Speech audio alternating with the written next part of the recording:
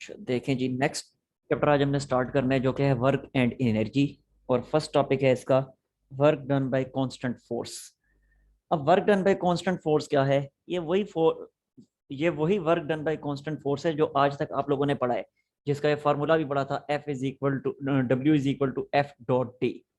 ये फार्मूला हम यूज ही उसी वक्त करते हैं कि जब एक कांस्टेंट फोर्स एक्ट कर रही हो।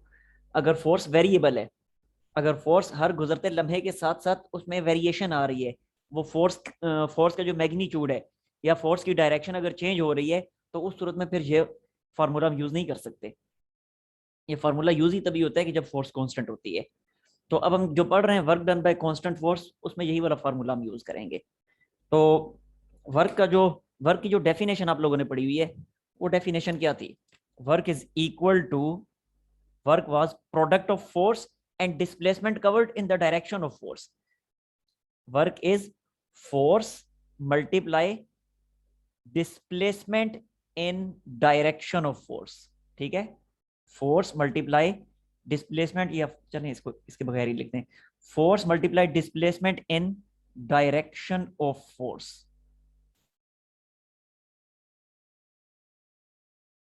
कि फोर्स और फोर्स की ही डायरेक्शन में कवर होने वाला डिस्प्लेसमेंट, इन दोनों की प्रोडक्ट लें, आपको वर्क मिल जाएगा। या फिर इसको ऐसे भी कहा जा सकता है कि displacement displacement multiply displacement multiply component of force in direction of displacement, या फिर force in direction of displacement, कुछ भी कह रहे हैं, force in direction of displacement. ठीक हो गया जी। तो ये है वर्क की डेफिनेशन कि डिस्प्लेसमेंट और डिस्प्लेसमेंट की ही डायरेक्शन में फोर्स जितनी अमाउंट में एक्ट कर रही है, या फोर्स का वो कंपोनेंट जो डिस्प्लेसमेंट की डायरेक्शन में ही एक्ट कर रहा है, इन दोनों की जो प्रोडक्ट होगी, इसको वर्क कहा जाएगा। या इसको फिर ऐसे भी मैं लिख देता हूं कि work is equal to component of force, component of force in direction of displacement, in direction of displacement. यानी डिस्प्लेसमेंट की ही डायरेक्शन में फोर्स का जो कंपोनेंट एक्ट कर रहा है, फोर्स का जो कंपोनेंट वर्क कर रहा है, वो वाला कंपोनेंट फोर्स का मल्टीप्लाई जितना डिस्प्लेसमेंट कवर हो रहा है, इन दोनों की जो प्रोडक्ट होगी ये मिलके वर्क बनाएगी। एग्जांपल इसकी, मिसाल के तौर पे ये एक हॉरिजॉन्टल सरफेस है। इस हॉरिजॉन्टल सरफेस के ऊपर एक ब्लॉक पड़ा हुआ है। अब इस ब्लॉक के ऊपर एक फोर्स एक्ट कर रही है, फोर्स एफ, इस डायरेक्शन में, और साथ ही साथ डिस्प्लेसमेंट जो कवर हो रहा है, वो डिस्प्लेसमेंट भी इसी डायरेक्शन में कवर हो रहा है। तो अब देखें, फोर्स और डिस्प्लेसमेंट दोनों सेम डायरेक्शन में, तो यहां से सिंपली वर्क क्या आ जाएगा? वर्क सिंपली आ जाएगा फोर्स इंटू डिस्प्लेसमेंट। लेकिन अगर ऐसा हो कि फोर्स डिस्प्लेसमेंट की डायरेक्शन में नहीं है, बल्कि कुछ इस तरह से कि अब ये ब्लॉक है वंस अगेन, और अब फोर्स एक्ट कर रही है इस डायरेक्शन में, यानी फोर्स जो है वो हॉरिजॉन्टल डायरेक्शन के साथ एक स्पेसिफिक एंगल बना रही है। कौन सा एंगल बना रही है? ये हॉरिजॉन्टल डायरेक्शन है, तो जो एंगल बन रहा है दैट एंगल इज थीटा। अब फोर्स तो इस डायरेक्शन में एक्ट कर रही है, लेकिन जो डिस्प्लेसमेंट कवर हो रहा है वो इस हॉरिजॉन्टल सरफेस के अलोंग डिस्प्लेसमेंट कवर हो रहा है। तो अब इस केस में हम नहीं कहेंगे कि work is equal to force multiply displacement. क्यों? क्योंकि डेफिनेशन क्या बता रही है? डेफिनेशन ये बता रही है कि डिस्प्लेसमेंट को आपने फोर्स की उस अमाउंट के साथ मल्टीप्लाई करना है जो डिस्प्लेसमेंट की डायरेक्शन में है, force in direction of displacement. तो फोर्स की उस अमाउंट के साथ मल्टीप्लाई करना है जो डिस्प्लेसमेंट की डायरेक्शन में है। ठीक है, that will give you work. अब यहां पे फोर्स और डिस्प्लेसमेंट सेम डायरेक्शन में नहीं है, इसलिए अब डायरेक्टली यहां पे वर्क जो है फोर्स मल्टीप्लाई डिस्प्लेसमेंट नहीं होगा। वहां पे तो थे ही दोनों सेम डायरेक्शन में, इसलिए डायरेक्टली लिख दिया work is equal to F D. यहां नहीं लिखा जाएगा। अब यहां देखा जाएगा कि फोर्स का कौन सा कंपोनेंट है जो डिस्प्लेसमेंट के अलोंग वर्क कर रहे हैं। तो देखें, यहां फोर्स के जो कंपोनेंट्स हैं, उन फोर्स के कंपोनेंट्स को अगर मैं डिस्कस करूं, तो फोर्स का एक कंपोनेंट तो ये होगा एक्स एक्सिस के अलोंग, ये कंपोनेंट जिसको कहा जाएगा एफ कॉस थीटा, क्योंकि हमें पता है थीटा के साथ वाला जो कंपोनेंट होता है वो कॉस थीटा के साथ होता है। और दूसरा कंपोनेंट इस डायरेक्शन में होगा, लाइक दिस, ये होगा एफ साइन थीटा। क्योंकि एफ कॉस थीटा के जो एग्जैक्टली परपेंडिकुलर होता है वो एफ साइन थीटा होता है। अब यहाँ पे देखा जाएगा फोर्स का वो कौन सा कंपोनेंट है जो डिस्प्लेसमेंट की डायरेक्शन में है। तो बिल्कुल क्लियर है कि फोर्स का जो कंपोनेंट डिस्प्लेसमेंट की डायरेक्शन में, ये डिस्प्लेसमेंट और ये फोर्स का कंपोनेंट जो डिस्प्लेसमेंट की डायरेक्शन में, that is F cos theta. तो यहां से अब जो हमें वर्क मिलेगा, that work will be equal to F cos theta into D, F cos theta into D. ठीक हो गया? या जिसको ऐसे भी लिखा जा सकता है F D cos of theta. Clear? Yes, any problem? Yes sir, clear है सर। हम इसकी इस तरह भी डेफिनेशन कर सकते हैं, अगर चैप्टर नंबर 2 से रिलेट करें, dot product of force and displacement is called बिल्कुल वर्क। ऐसे ही है। Yes, you are exactly all right, बिल्कुल ठीक कह रही हैं आप। जरा इसको एफ डॉट डी ही लिखा जाएगा ना, एफ डी कॉस थीटा जो है इसको ऐसे ही तो लिखा जाएगा एफ डॉट डी। तो बिल्कुल आपने ठीक कहा, वेरी गुड। अच्छा, अब मुझे एक सवाल का जवाब दें कि फोर्स का जो कंपोनेंट है एफ कॉस थीटा, वो तो इस डिस्प्लेसमेंट को कवर करवाने के लिए रिस्पॉन्सिबल है। जो दूसरा कंपोनेंट है एफ साइन थीटा, जो एग्जैक्टली परपेंडिकुलर है, उसका क्या काम है? यस, उसका क्या काम है?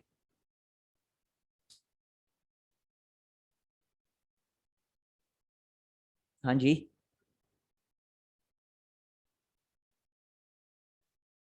उसका ये काम है कि वो बैलेंस कर रहे हैं इसके वेट को। वेट वर्टिकली डाउनवर्ड एक्ट कर रहे हैं ना, यहाँ से इसका जो वेट है W is equal to m g, वो वर्टिकली डाउनवर्ड एक्ट कर रहे हैं। तो एफ साइन थीटा जो है इसके वेट को बैलेंस कर रहा है, उसका ये काम है। ठीक हो गया? क्लियर इतनी चीज? Yes sir. अच्छा, अब एक और चीज देखिएगा कि अमूमन कहा जाता है कि अगर एंगल 90 डिग्री बने तो वर्क जीरो होता है। फार्मूला भी यही बता रहा है हमें कि अगर एंगल 90 डिग्री है, if theta is equal to 90 degree, तो वर्क क्या होगा? Work will be equal to F D cos 90, और कॉस 90 हमें पता है जीरो होता है, लिहाजा वर्क जीरो हो जाएगा। मेरा आप लोगों से सवाल है, ऐसा क्यों होता है? मैथमेटिकली तो हमने देख लिया, मैथ्स ने तो हमें ये बता दिया कि whenever angle is 90 degree then work will be zero. Math ने तो हमें सिंपली बताया कि एंगल जीरो, वर्क जीरो होता है।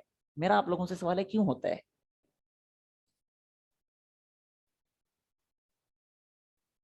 जी, जब एंगल 90 डिग्री हो तो वर्क जीरो क्यों होता है? देखें,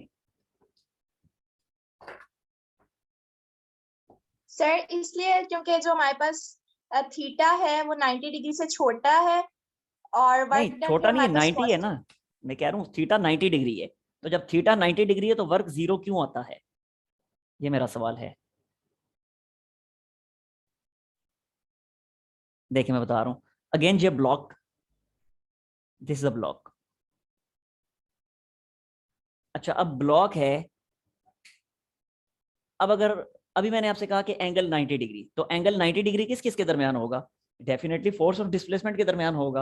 अब अगर डिस्प्लेसमेंट इस डायरेक्शन में वंस अगेन कवर हो रहा है और फोर्स इस डायरेक्शन में एक्ट कर रही है, ये फोर्स एफ जो है इस डायरेक्शन में एक्ट कर रही है, तो मुझे बताएं कि ये फोर्स एफ कितना डिस्प्लेसमेंट कवर करवा रही है। ये प्रैक्टिकली भी आप लोग देख सकते हैं कि अगर एक ऑब्जेक्ट पे बिल्कुल हॉरिजॉन्टल सरफेस के परपेंडिकुलर फोर्स एक्ट करवानी शुरू कर दी जाए, तो वो हॉरिजॉन्टल फोर्स सॉरी, वो परपेंडिकुलर फोर्स कितना हॉरिजॉन्टल डिस्प्लेसमेंट कवर करवाती है? करवाती है नहीं करवाती?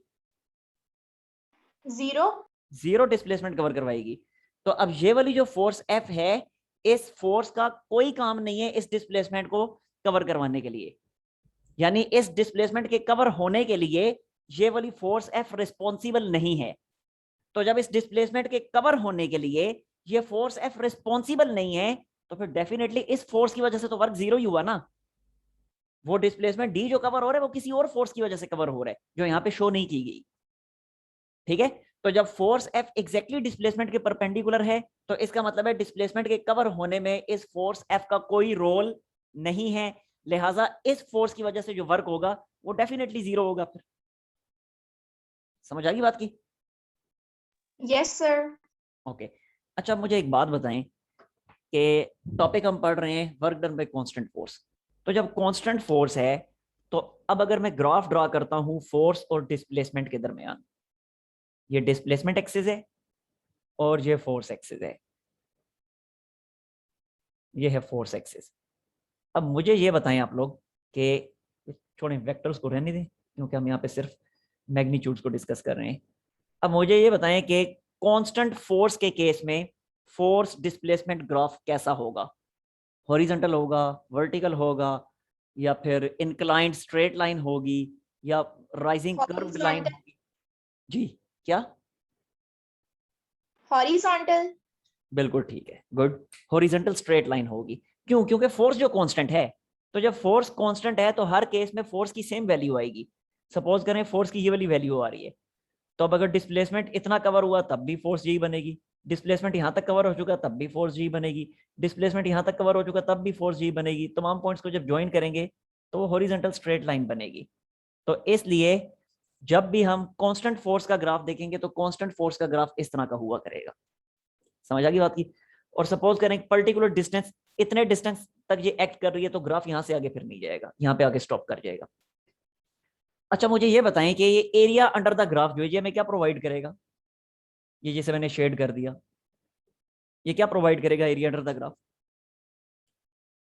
Yes, work done. यस, बिल्कुल ठीक है। क्यों? क्योंकि हमें पता है कि एरिया जो होता है किसी भी ग्राफ के अंडर, वो देता है उन दोनों वेरिएबल्स की प्रोडक्ट जिन दो वेरिएबल्स के दरमियान ग्राफ को हमने ड्रॉ किया। अब ग्राफ यहाँ ड्रा हुआ है फोर्स और डिस्प्लेसमेंट के दरमियान, तो इसलिए एरिया अंडर द ग्राफ जो है वो फोर्स और डिस्प्लेसमेंट की प्रोडक्ट देगा। फोर्स इंटू डिस्प्लेसमेंट, समझ आ गई? और फोर्स इंटू डिस्प्लेसमेंट क्या होता है? वर्क। तो इसका मतलब है कि फोर्स डिस्प्लेसमेंट ग्राफ के अंडर जो एरिया है वो हमें वर्क डन प्रोवाइड करेगा। ठीक हो गया?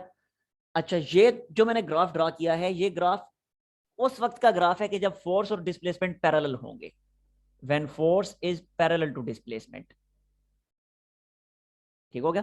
कि जब फोर्स और डिस्प्लेसमेंट सेम लाइन में एक्ट कर रहे हैं, यानी ये वाला जो केस था, इस केस के लिए ये ग्राफ ड्रा हुआ। लेकिन अगर केस ये वाला है जिसमें फोर्स और डिस्प्लेसमेंट एक दूसरे के पैरेलल नहीं है, अब ग्राफ ये नहीं होगा। ठीक है, इस केस का ये ग्राफ है। अब अगर केस ये वाला है जिसमें फोर्स और डिस्प्लेसमेंट पैरेलल ना हो, तो अब जो ग्राफ होगा वो इस तरह से होगा।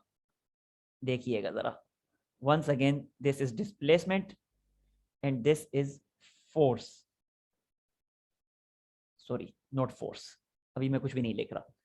अब अगर केस ये वाला है, अब इस केस में अगर हम ग्राफ ड्रा करना चाह रहे हैं, तो इस केस में देखें यहाँ पे फोर्स और डिस्प्लेसमेंट पैरेलल थे, तो ग्राफ ड्रा हुआ फोर्स डिस्प्लेसमेंट के दरमियान। अब यहाँ पे डिस्प्लेसमेंट के पैरेलल क्या है? डिस्प्लेसमेंट के पैरेलल है एफ कॉस थीटा।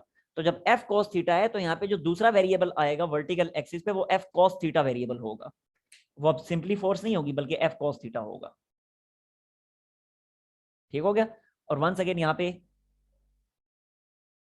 ये जो लाइन होगी पैरेलल लाइन होगी डिस्प्लेसमेंट एक्सिस की, और यहाँ पे अब जो एरिया अंडर द ग्राफ है, वंस अगेन वो हमें क्या देगा? वर्क डन प्रोवाइड करेगा। क्यों? क्योंकि अब ये बनेगा F cos theta into D, क्योंकि एरिया जो होगा वो किस किस की प्रोडक्ट देगा? एरिया हमें प्रोडक्ट देगा एफ कॉस थीटा और डी की, और ये किसके इक्वल होता है? वंस अगेन वर्क की तो इक्वल होता है। तो ये किस केस का ग्राफ है? ये उस केस का ग्राफ है when force is not parallel to displacement, when force is not parallel to displacement. Clear? इतनी चीज समझ आ गई?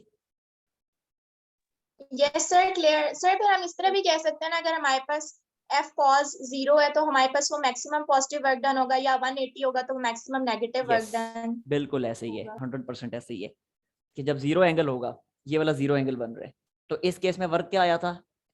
डायरेक्टली फोर्स और डिस्प्लेसमेंट की प्रोडक्ट आ गई थी। लेकिन जब ये वाला केस है कि जब फोर्स और डिस्प्लेसमेंट पैरेलल नहीं है, तो अब जो वर्क आया वो क्या आया? वो आया एफ डी कॉस थीटा। और कॉस थीटा की वैल्यू हमेशा क्या होती है? कॉस थीटा की वैल्यू हमेशा जो है या तो 1 के इक्वल होती है मैक्सिमम, या फिर 1 से लेस होती है। ठीक है? तो इसलिए ये चीज मैं यहाँ लिख भी सकता हूँ, मेरे पास स्पेस बाकी नहीं बची, तो इधर नीचे ही चले मैं लिख के दिखा देता हूँ। ये चीज मैं कह सकता हूँ कि एफ डी जो होता है, एफ डी की जो प्रोडक्ट होती है वो हमेशा या तो ग्रेटर होगी या इक्वल होगी एफ डी कोस थीटा के। ठीक है? एफ डी की जो प्रोडक्ट होती है वो एफ डी कोस थीटा के या तो हमेशा ग्रेटर होगी या उसके इक्वल होगी। कब इक्वल होगी? अगर थीटा 0 डिग्री बन रहा हुआ, यानी सेम वो वाला केस आ गया। अगर वो वाला केस आ गया थीटा 0 डिग्री, तो उस सूरत में कोस 0 1 हो जाएगा, तो एफ डी इक्वल हो जाएंगे। लेकिन अगर एंगल जीरो के अलावा कुछ और हुआ तो उस केस में ये एफ डी जो है ये हमेशा एफ डी कोस थीटा से ग्रेटर होगा। और एफ डी वाला केस कौन सा है? एफ डी वाला केस वही है कि जब फोर्स और डिस्प्लेसमेंट पैरेलल है। और एफ डी कोस थीटा वाला कौन सा केस है? एफ डी कोस थीटा वाला इस तरह का केस है जिसमें फोर्स और डिस्प्लेसमेंट पैरेलल नहीं है। समझ आ गई बात की? तो यहाँ से क्लियर हो गया कि वाकई में जब एंगल 0 डिग्री है तो वर्क मैक्सिमम होगा, और जब एंगल 0 के अलावा कुछ और है तो फिर वो मैक्सिमम से जाहिर सी बात है कम ही होगा। अच्छा मुझे ये बताएं कि अगर एंगल 120 डिग्री है तो वर्क कैसा होगा? पॉजिटिव होगा या नेगेटिव होगा? नेगेटिव। नेगेटिव होगा, बिल्कुल ठीक है। क्यों? क्योंकि अगर एंगल 120 हुआ तो ये वर्क क्या बन जाएगा? वर्क बनेगा एफ डी कोस ऑफ 120, और कोस 120 हमेशा नेगेटिव होता है, क्योंकि ये हम पढ़ चुके हैं 10th क्लास की मैथ में कि फर्स्ट क्वाड्रेंट जो होता है जो कि 0 से 90 के दरमियान होता है उसमें साइन कोस टेन सारे पॉजिटिव होते हैं। सेकंड क्वाड्रेंट जो होता है जो 90 से 180 के दरमियान होता है उसमें सिर्फ साइन पॉजिटिव होता है, बाकी कोस टेन दोनों नेगेटिव होते हैं। तो अब 120 डिग्री के एंगल पे मैंने अभी आपसे पूछा, और 120 का जो एंगल है वो सेकंड क्वाड्रेंट का एंगल है, तो कोस सेकंड क्वाड्रेंट में नेगेटिव वैल्यू देता है, और जब यहाँ पे 120 पुट करेंगे थीटा की जगह पे तो कोस थीटा की वैल्यू नेगेटिव आएगी, तो ओवरऑल वर्क नेगेटिव हो जाएगा। ठीक है, इसी चीज को उसने बुक में लिखा हुआ भी है, बिल्कुल लास्ट जो लाइंस हैं उनमें लिखा हुआ है कि अगर एंगल 90 डिग्री हुआ तो वर्क 0 होगा, जो कि अभी हम देख चुके हैं। अगर एंगल 90 से लेस हुआ यानी 0 और 90 के दरमियान हुआ तो उस सूरत में वर्क पॉजिटिव होगा, और अगर एंगल 90 से ग्रेटर हुआ जैसे अभी मैंने आपसे 120 वाला कहा तो उस सूरत में वर्क नेगेटिव होगा। ठीक हो गया जी? क्लियर?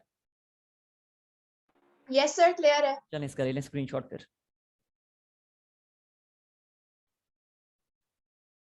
यस सर ले लिया है।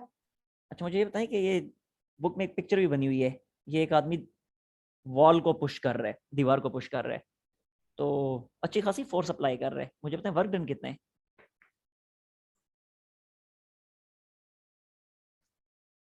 हाँ जी, कितना है वर्क डन?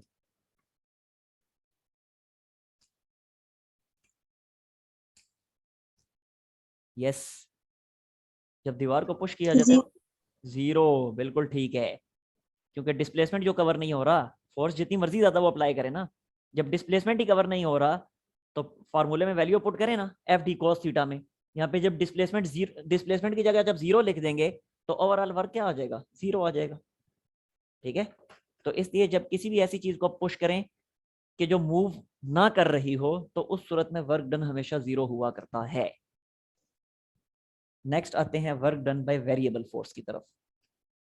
कांस्टेंट फोर्स तो हमने देख लिया, और ये भी हमें पता चल चुका कि ये जो वर्क का फार्मूला है एफ डी कॉस थीटा, ये है कांस्टेंट फोर्स के लिए, ये वेरिएबल फोर्स के लिए नहीं है। अब जब वेरिएबल फोर्स है तो अब हम करेंगे क्या? क्योंकि वेरिएबल फोर्स का तो हमने कोई फार्मूला नहीं पढ़ा। तो जब इस तरह की सिचुएशन बन जाए कि फोर्स वेरिएबल फोर्स हो तो उस केस में हम फिर जो हमारा पूरे का पूरा वो पाथ है, जो पूरे का पूरा डिस्टेंस है जिसके दौरान फोर्स वेरी कर रही है, उस पूरे पाथ को हम छोटे छोटे इंटरवल्स में डिवाइड कर लेंगे, जैसा अभी हम करने वाले हैं। Work done by variable force.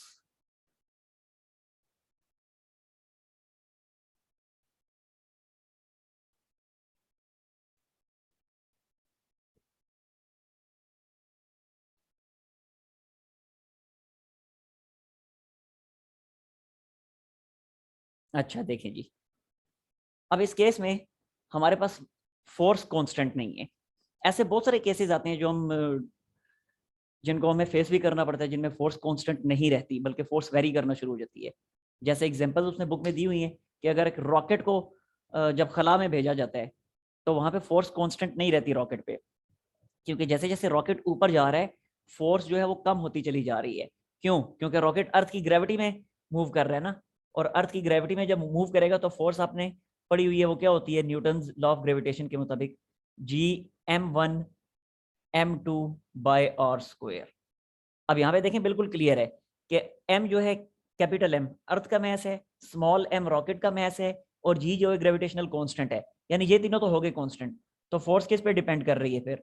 Directly force जो है वो डिस्प्लेसमेंट के स्क्वायर पे डिपेंड कर रही है, और r जो है डिस्प्लेसमेंट है रॉकेट का फ्रॉम सेंटर ऑफ अर्थ। तो अब जैसे जैसे रॉकेट ऊपर जा रहा है तो रॉकेट का डिस्प्लेसमेंट अर्थ के सेंटर से इंक्रीज होता चला जा रहा है। तो जब उसका डिस्प्लेसमेंट इंक्रीज होता चला जा रहा है तो इनवर्स रिलेशन है फोर्स और डिस्प्लेसमेंट के स्क्वायर में। तो जब डिस्प्लेसमेंट इंक्रीज होगा तो इसका मतलब है रॉकेट पे एक्ट करने वाली फोर्स वक्त गुजरने के साथ साथ कम होती जा रही है। तो अब यहाँ पे इस केस में फिर हम डायरेक्टली वर्क फाइंड नहीं कर सकते कि अर्थ कितना वर्क कर रही है रॉकेट पे, नहीं पता चल सकता हमें। ठीक हो गया।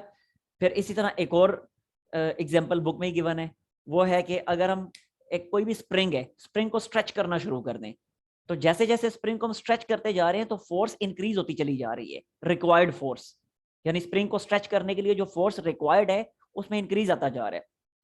क्योंकि स्प्रिंग के लिए आपने पढ़ा था Hooke's law, F equal to k x. ये अब x क्या था, x था कि कितने डिस्प्लेसमेंट तक आपने स्प्रिंग को स्ट्रेच की है, उसकी स्ट्रेचनेस की अमाउंट है x। तो अब यहाँ पे फोर्स और इस ये जो स्प्रिंग जो स्ट्रेच हो रहे हैं, जितने डिस्प्लेसमेंट तक स्ट्रेच हो रहे हैं, इन दोनों में डायरेक्ट रिलेशन है। यानी जितना ज्यादा स्ट्रेच करेंगे, जितनी ज्यादा अमाउंट में स्ट्रेच करेंगे, उतनी ज्यादा फोर्स आपको अप्लाई करनी पड़ेगी। अगर कम अमाउंट में स्ट्रेच करते हैं तो कम फोर्स अप्लाई करनी पड़ेगी, ज्यादा अमाउंट में स्ट्रेच करते हैं ज्यादा फोर्स अप्लाई करनी पड़ेगी, क्योंकि डायरेक्ट रिलेशन है। तो इस केस में भी स्प्रिंग को जब हम स्ट्रेच करते हैं तो यहाँ भी फोर्स कांस्टेंट नहीं रहती। तो जब यहाँ भी फोर्स कांस्टेंट नहीं रहती तो यहाँ भी हम वर्क फाइंड नहीं कर सकते डायरेक्टली इस तरीके से। इस तरह के और भी बहुत सारे केसेस आते हैं कि जिनमें फोर्स कांस्टेंट नहीं रहती। तो अब इन केसेस को हम किस तरह से हैंडल करेंगे, इन केसेस में अगर हमने amount of work done find करनी है तो कैसे करेंगे। तो इसके लिए हम ये करेंगे कि जो पूरे का पूरा पाथ है, कि जितने पाथ तक फोर्स एक्ट कर रही है उस पूरे पाथ को हम छोटे छोटे इंटरवल्स में डिवाइड कर लेंगे। इतने छोटे इंटरवल्स में डिवाइड करेंगे कि हर इंटरवल के दौरान ऑलमोस्ट फोर्स कांस्टेंट रहेगी, एग्जैक्टली कांस्टेंट वहां भी नहीं रहेगी लेकिन ऑलमोस्ट कांस्टेंट रहेगी। अब हम क्या करेंगे, हर इंटरवल में जितनी फोर्स है उस फोर्स को और उसी इंटरवल का जितना डिस्प्लेसमेंट है उस डिस्प्लेसमेंट को मल्टीप्लाई करेंगे, उस इंटरवल का वर्क डन मिल जाएगा। इसी तरह नेक्स्ट इंटरवल के लिए ऐसे करेंगे, नेक्स्ट के लिए, नेक्स्ट के लिए, करते करते सबके लिए फाइंड करके सबको सम अप करेंगे, टोटल वर्क हमें मिल जाएगा। ठीक है। एग्जांपल अब देखें, जैसे बुक में उसने किया हुआ है कि अब ये पाथ है, सपोज करें ये पूरे का पूरा पाथ है, इस पूरे पाथ के दौरान फोर्स कांस्टेंट नहीं है, ये इनिशियल पॉइंट है, ये फाइनल पॉइंट है। अब इस पूरे पाथ के दौरान फोर्स कांस्टेंट नहीं है तो हमने क्या किया, इस पूरे पाथ को छोटे छोटे इंटरवल्स में डिवाइड कर लिया। ये पहला इंटरवल, दूसरा इंटरवल, तीसरा इंटरवल, चौथा interval, up to so on, इस तरह के बहुत से इंटरवल्स बनेंगे और ये होगा लास्ट इंटरवल। ठीक है। ये है first interval, second interval, third interval, fourth interval और लास्ट इंटरवल जिसको हम कहेंगे nth इंटरवल। हम क्या करेंगे, अब ये फर्स्ट इंटरवल जो है, इतने छोटे छोटे इंटरवल्स बनाए हैं कि अब इस इंटरवल के दौरान फोर्स कांस्टेंट रहेगी, ऑलमोस्ट कांस्टेंट रहेगी। तो लिहाजा इस इंटरवल की फोर्स को इसी इंटरवल के डिस्प्लेसमेंट से मल्टीप्लाई कर देंगे, हमें इस इंटरवल का वर्क मिल जाएगा। इसी तरह इस इंटरवल की फोर्स को इसी इंटरवल के डिस्प्लेसमेंट से मल्टीप्लाई करेंगे, इस इंटरवल का वर्क मिल जाएगा। अप टू सो ऑन सब के लिए ऐसे ही करेंगे, सबकी फोर्सेस फाइंड कर ली, आखिर में उनको सम अप करेंगे तो हमें टोटल वर्क मिल जाएगा। तो ये हमारी टेक्निक होगी वेरिएबल फोर्स के केस में। ठीक हो गया। तो अब जरा देखें, इन तमाम इंटरवल्स के दौरान मैं वर्क डन फाइंड करता हूं।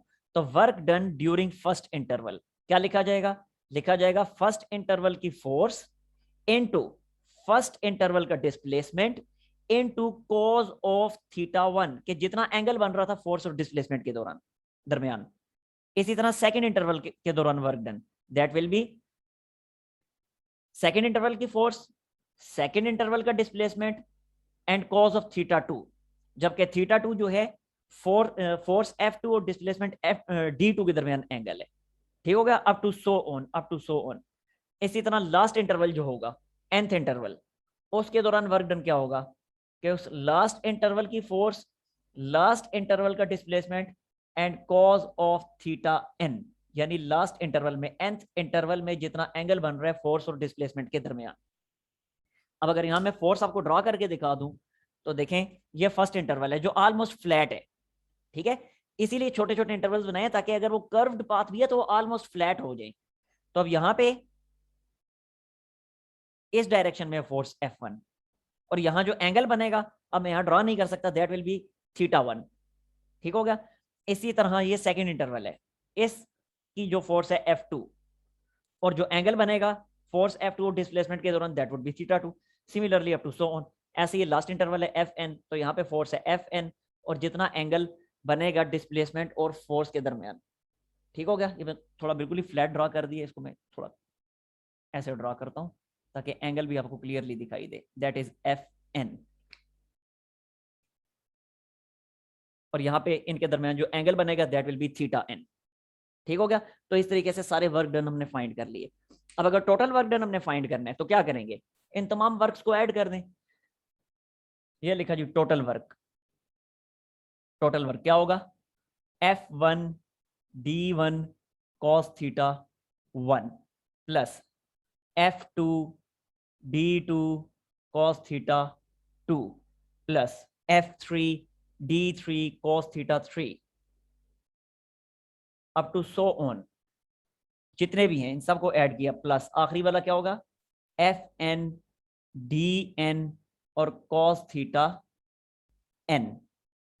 अब आखिर में इन सबको ऐड कर दें, और ऐड जब करेंगे तो क्या लिखा जाएगा, अब ज़ाहिर है डायरेक्टली हमारे पास कोई पर्टिकुलर वैल्यूज तो नहीं है कि हम इनको ऐड कर दें।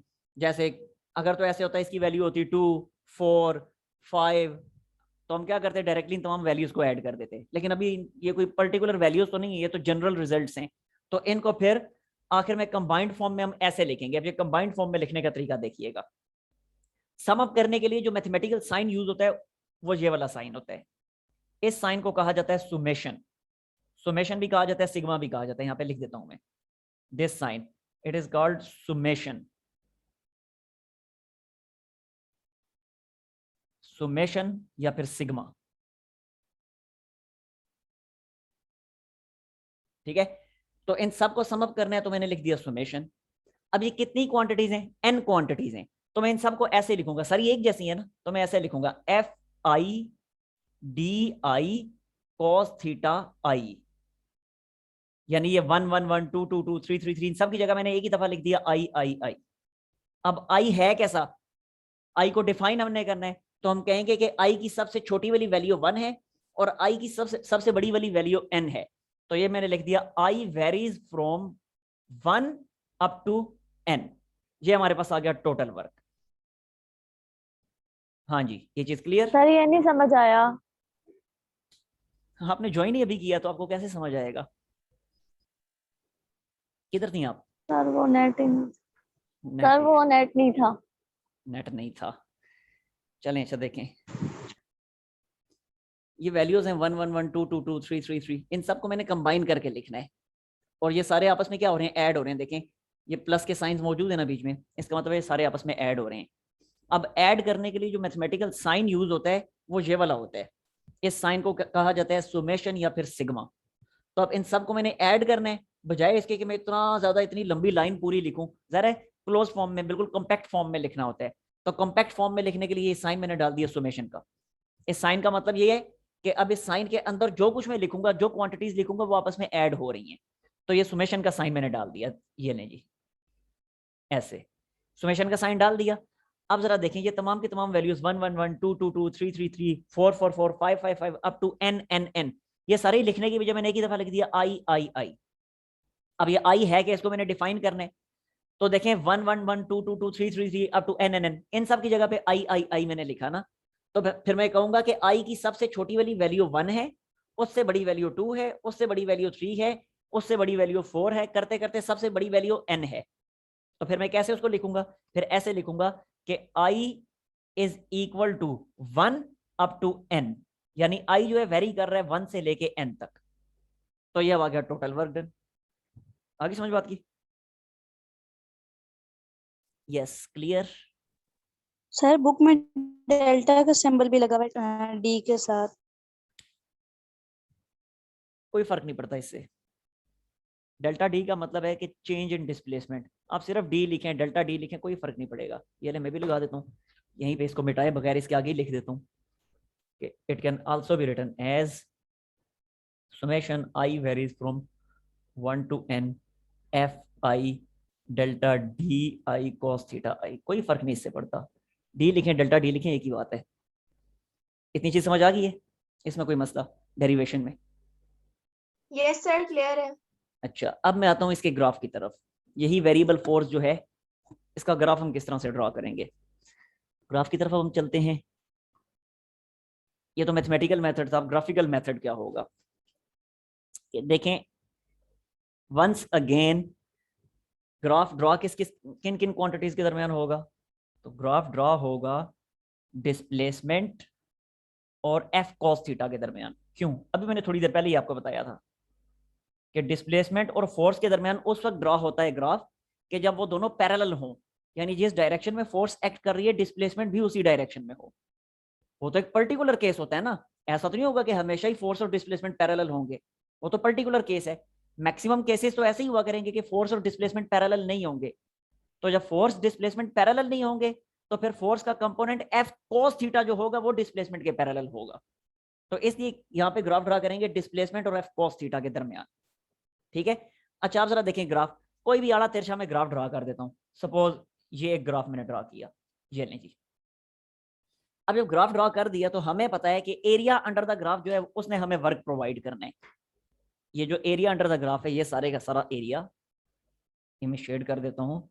ये पूरा शेडेड एरिया जो है that will provide us total work done. अब ये एरिया हम फाइंड कैसे करेंगे?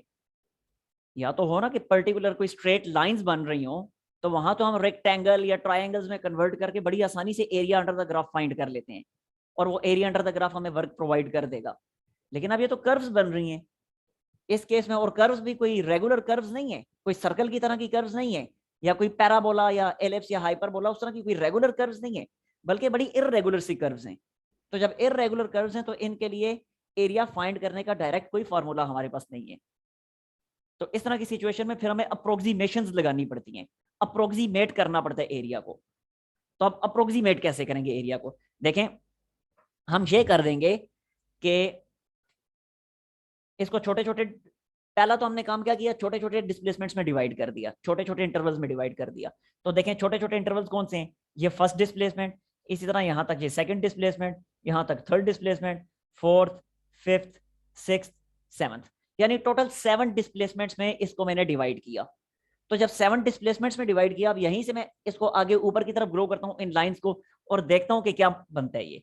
तो देखें यहां से मैंने डायरेक्टली इसको ऐसे स्ट्रेट ऊपर तक ले आया ऐसे, और यहां जहां पे आके इसने ग्राफ को टच किया, यहां से बिल्कुल स्ट्रेट लाइन अगर मैं वाई एक्सिस के इसके एक्स एक्सिस के पैरेलल ड्रॉ करता हूं तो देखें ये एक रेक्टेंगल मुझे मिल गई है, ये ग्रीन कलर में ये मिल गई एक रेक्टेंगल।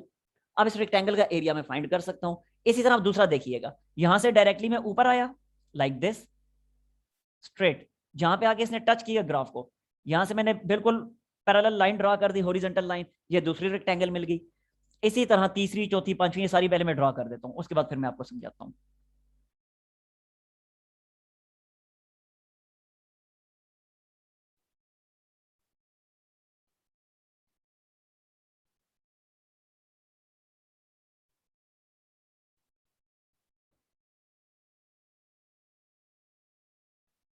अब जरा देखिए, ये ग्रीन कलर में जो आपको रेक्टेंगल्स दिखाई दे रही हैं, अगर इन तमाम रेक्टेंगल्स के एरियाज को मैं ऐड कर दूं, अगर इन तमाम रेक्टेंगल्स के एरियाज को मैं ऐड कर दूं तो मुझे मिलेगा एरिया अंडर द ग्राफ, लेकिन approximate area under the graph, exact नहीं मिलेगा। क्या ख्याल है? ऐसा ही है ना? क्योंकि देखें बहुत सारे, अब यहाँ पे ये रेक्टेंगल जब यहाँ पे मैं कंप्लीट करता हूँ तो ये थोड़ा सा बीच में एरिया बच गया इस जगह पे, इसी तरह यहाँ पे ये थोड़ा सा एरिया बच गया, इनको भी चले मैं शेड कर देता हूँ ताकि क्लियरली आपको यहाँ पे ये दिखाई दे। ग्रीन ब्लू कलर से ही कर देता हूँ, ये देखें जरा, इधर ये वाला एरिया बच गया, ये जिसको मैंने शेड किया, इसी तरह यहाँ पे ये वाला एरिया बच गया, ये जिसको मैंने ब्लू कलर में शेड किया, ऐसे ही यहाँ पे ये वाला एरिया बच गया, ऐसे ही यहाँ पे ये वाला एरिया बच गया, फिर इसी तरह यहाँ पे ये एरिया एक्स्ट्रा आ गया, अब ये वाला एक्स्ट्रा एरिया आ गया, ये वाला एक्स्ट्रा एरिया बीच में आ गया, इसी तरह यहाँ भी। इसका मतलब ये हुआ कि कहीं कुछ जगहों पे एरिया अंडर द ग्राफ जो है, एरिया अंडर द ग्राफ जो आ रहा है वो कुछ जगहों पे या तो रह जाता है या फिर कुछ एक्स्ट्रा एरिया आ जाता है जो एरिया अंडर द ग्राफ नहीं था बल्कि कुछ एक्स्ट्रा एरिया आ गया हमारे पास। इसलिए इन रेक्टेंगल्स को के एरियाज को ऐड करने से जो एरिया हमें मिलेगा that will not be the exact area under the graph, बल्कि that will be approximately area under the graph. इतनी बात समझ आई या नहीं आई? यस सर, क्लियर है जी इरज? जी सर क्लियर है। ओके, अच्छा अब जरा देखिएगा, इसी को अगर मैं इन डिस्प्लेसमेंट के इंटरवल्स को अगर मैं स्मॉल कर दूं फिर क्या होगा। यही डिस्प्लेसमेंट है, इन्हीं इंटरवल्स को अगर मैं स्मॉल कर देता हूं तो उस सूरत में वंस अगेन यहां पे मैं ड्रॉ कर देता हूं, अगेन इस तरह से था, ये था एफ कॉस थीटा और ये नीचे था डिस्प्लेसमेंट। अब अगर डिस्प्लेसमेंट के इंटरवल्स को मैंने स्मॉल कर दिया तो देखें पहले कितने इंटरवल्स बन रहे थे, 1 2 3 4 5 6 7। अब मैं ऐसे करता हूं, इन सबको हाफ करके 14 बना देता हूं, यानी डबल कर देता हूं। पहले मैं 7 कंप्लीट करता हूं, 1 2 3 4 5 6 और यहाँ पे लास्ट में है 7। अब अगर मैं इनको हाफ कर देता हूं सबको तो देखिएगा अब क्या होगा,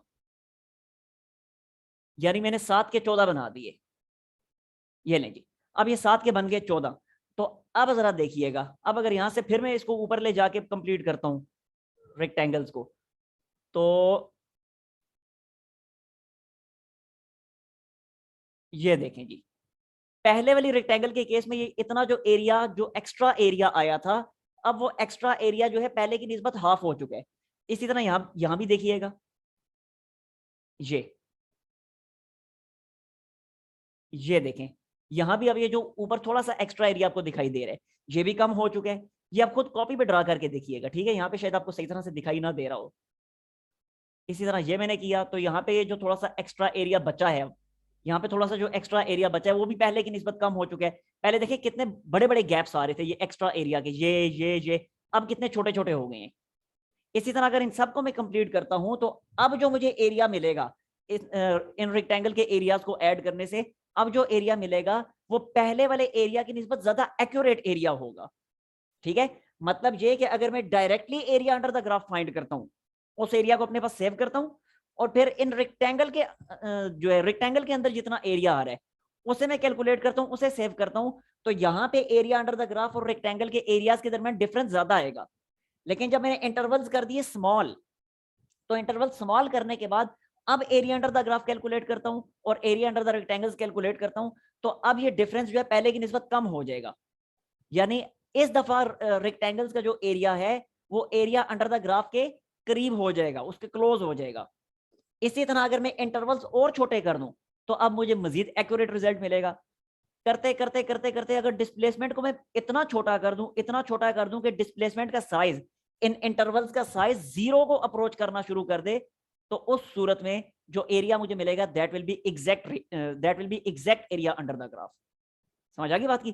तो यही चीज अब मैं यहाँ पे मैथमेटिकली लिख रहा हूं कि हमने ग्राफ्स की मदद से देख लिया कि जब टोटल वर्क हम कैलकुलेट करेंगे, एरिया ज़ाहिर है वर्क ही तो देना है उस एरिया ने, तो टोटल एरिया जो होगा, अगर यही इक्वेशन जो ऊपर आपके सामने लिखी है इसको मैं लिखता हूं F I D I cos theta I and I varies from 1 to n। तो हमने यहाँ पे देख लिया कि जैसे जैसे हम इंटरवल्स को स्मॉल करते जा रहे हैं हम एक्चुअल रिजल्ट के करीब से करीब तर होते चले जा रहे हैं। तो अब अगर मैं इस डिस्प्लेसमेंट का साइज इतना छोटा कर दूं, इतना छोटा कर दूं कि वो बिल्कुल ही डिस्प्लेसमेंट 0 को अप्रोच करना शुरू कर दे, तो उस सूरत में मुझे एक्चुअल रिजल्ट मिल जाएगा। तो लिहाजा मैं यहाँ पे लिख देता हूँ लिमिट डिस्प्लेसमेंट अप्रोचेस टू 0। लें जी, लिमिट डिस्प्लेसमेंट अप्रोचेस टू 0। तो जैसे ही मैं ये लिमिट अप्लाई करूंगा, जैसे ये लिमिट अप्लाई करूंगा कि डिस्प्लेसमेंट 0 को अप्रोच करे, उस सूरत में फिर मुझे एक्चुअल रिजल्ट मिल जाएगा, उस सूरत में मुझे एक्चुअल एरिया मिल जाएगा, और एक्चुअल एरिया मिलने के मुराद एक्चुअल वर्क मिल जाएगा। समझ आ गई बात की? Yes, any problem now? Yes sir, समझ आ गई है जी इरज? यस सर, समझ आ गई है। अरीशा के साथ तो कोई कम्युनिकेशन हो ही नहीं सकता, क्या पूछूं मैं। तो ये अब इसको देख लेना, आपने बुक से भी पढ़ना है, ठीक है, बुक में भी यही चीज़ लिखी हुई है, ये रीडिंग लाजमी करनी है, वहाँ से इंशाल्लाह फिर आपके कॉन्सेप्ट्स मजीद क्लियर हो जाएंगे। चलें ठीक है, बस कल फिर स्टार्ट करेंगे work done by gravitational field. Okay, अल्लाह हाफिज़। जज़ाकल्लाह सर।